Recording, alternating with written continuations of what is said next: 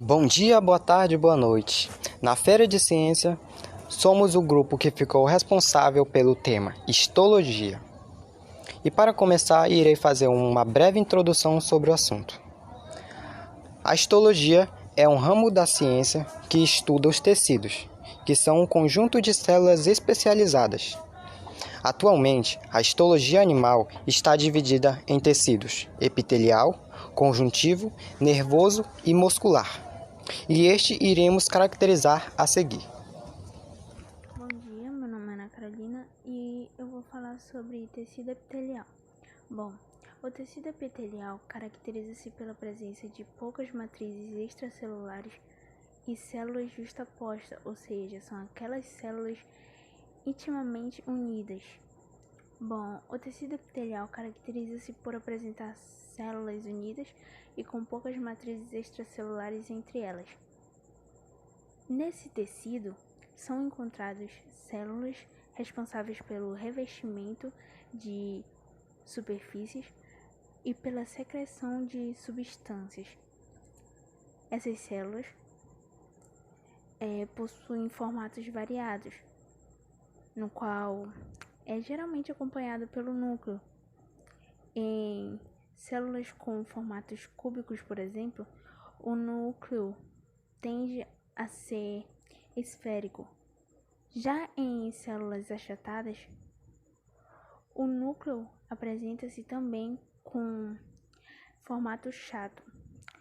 Outra característica importante do tecido epitelial é o fato de que ele possui dois lados distintos, ou seja, é polarizado. O lado voltado para o lado de fora do órgão, que é a cavidade, é chamado de superfície epical. Já a porção voltada para o lado oposto recebe o nome de superfície basal. Bom, geralmente a superfície basal está apoiada em tecido conjuntivo, que está relacionado com o fornecimento de nutrientes para o tecido epitelial.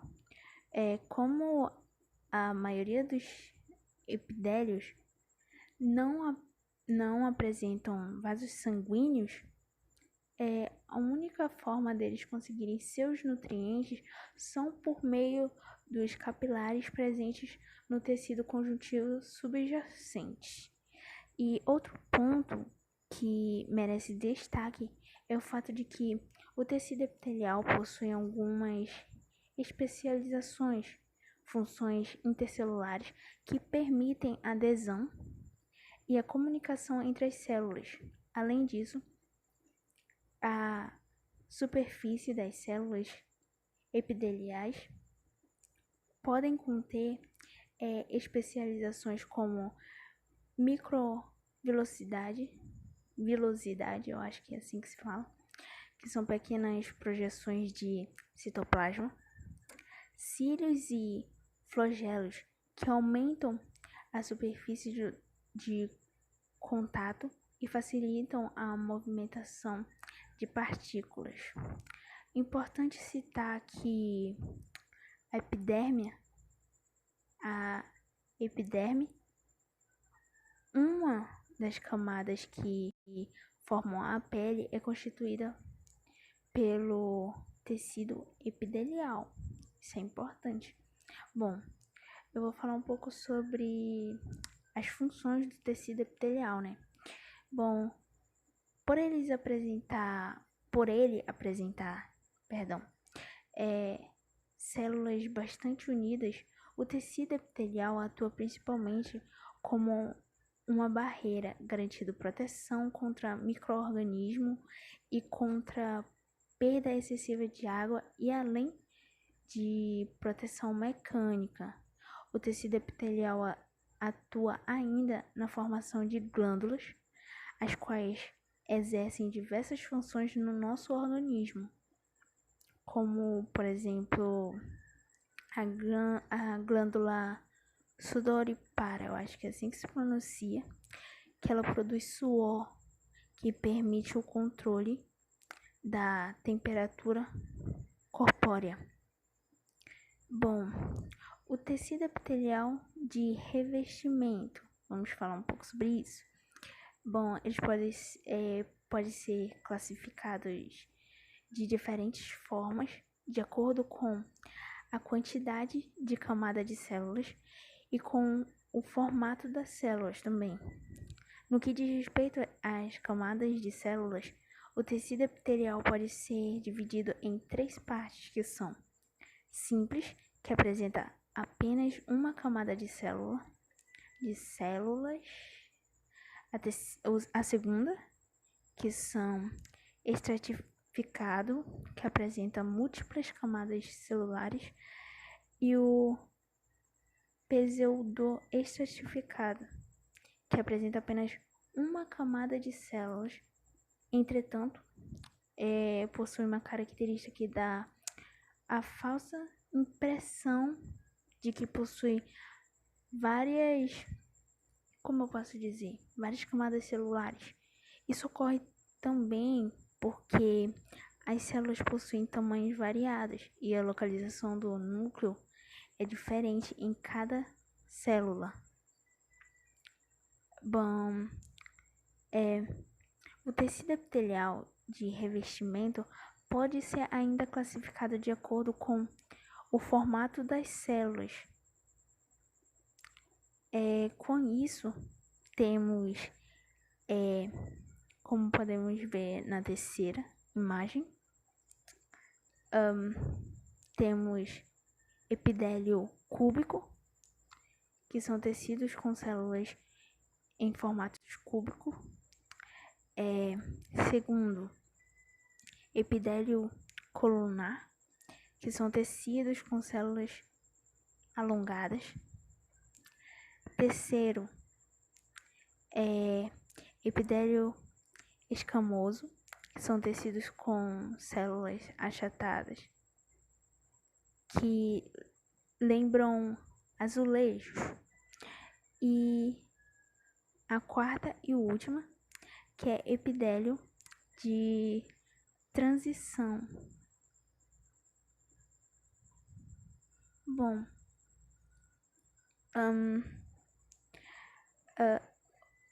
o epitélio de transição é um tecido com formato de células que varia de acordo com a distensão do órgão no qual é encontrado. Bom, no tecido da bexiga urinária, por exemplo, as células tornam-se mais achadas quando esse órgão está cheio. Já quando a bexiga está vazia, as células ficam com formato mais, globosos. Bom, o tecido epitelial é glandular. Eu vou falar um pouquinho sobre ele. Bom, o tecido epitelial glandular forma as glândulas, sendo responsável por secretar substâncias. E vale destacar que as células deste tecido nem sempre estão agregadas formando glândulas complexas. Isso é muito importante saber. Bom, a célula caliciforme, por exemplo, é uma célula epitelial glandular e é chamada por alguns autores de células de glândulas unicelulares. Bom, as glândulas multicelulares, que são as glândulas propriamente ditas, podem ser classificadas em 3 tipos, que são eles: glândula endócrina, acho que é assim que se pronuncia, que são as glândulas sem ductos, que produzem secreções que são lançadas diretamente no sangue, como por exemplo, podemos citar o tireoide. E temos a glândula exócrina, que são as glândulas que possuem ductos e liberam sua secreção na cavidade ou na superfície do corpo, como por exemplo a glândula sebácea. E temos também, que não tem na imagem, a glândula mista. Essa glândula possui uma porção de endócrina e uma porção de exócrina, como por exemplo, podemos citar o pâncreas. E é isso. Muito obrigada pela oportunidade. Bom, agora eu vou falar sobre o tecido conjuntivo. O tecido conjuntivo apresenta uma grande quantidade de substância intercelular, já que suas células são muito afastadas umas das outras. Ele pode ser de 4 tipos: o adiposo, que é formado por células que armazenam gordura, que está localizada embaixo da pele, em volta de alguns órgãos. Entre suas principais funções estão o armazenamento de energia, o isolamento térmico, a proteção contra impactos e secreção de algumas substâncias.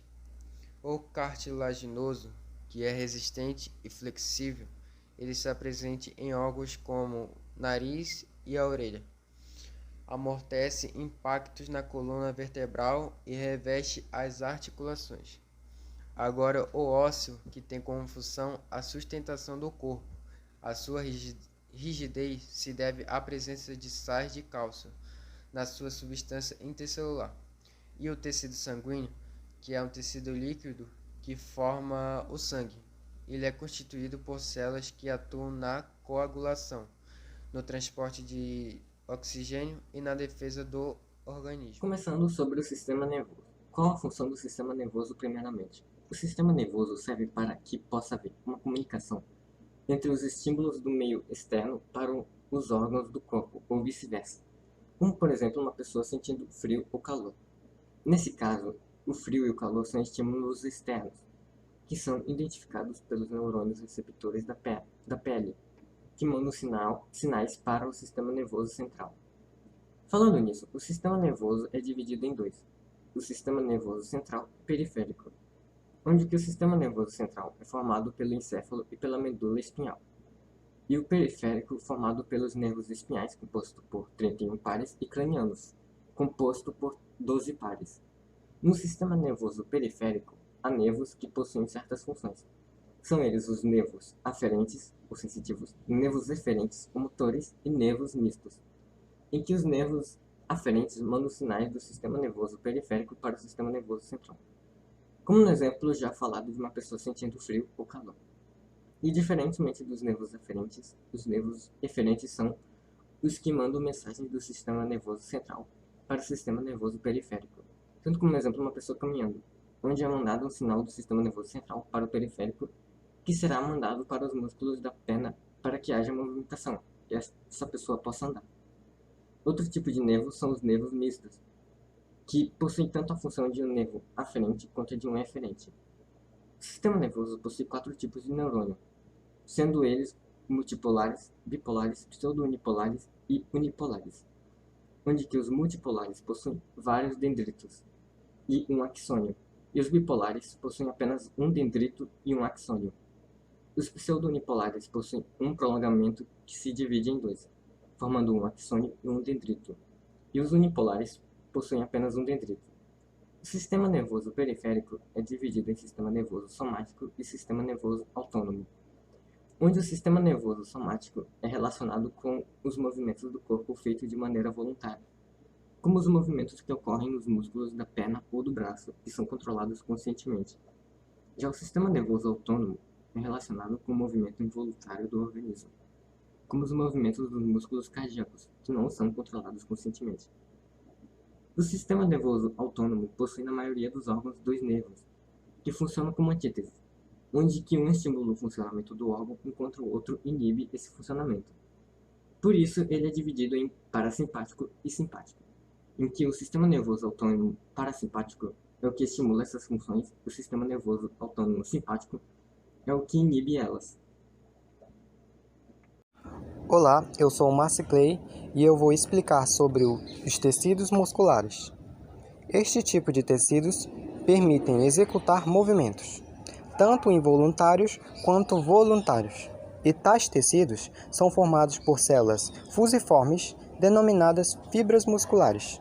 E estes são alongados e possuem proteínas contráteis como actina e miosina. Os tecidos musculares estão subdivididos em 3 tipos: estriado esquelético, não estriado e estriado cardíaco. O tecido muscular estriado esquelético trabalha junto ao sistema esquelético, permitindo um movimento voluntário, ou seja, controlados por nossa vontade. Exemplos desse tecido muscular estão no bíceps braquial. O tecido muscular não estriado, presente no estômago, por exemplo, apresenta movimentos involuntários, mas essencial à vida. O tecido muscular estriado cardíaco é exclusivo do coração, formando o miocárdio, um músculo cardíaco. E este músculo é responsável pelos batimentos do coração e bombeamento de sangue para todo o corpo. Possui movimentos involuntários também.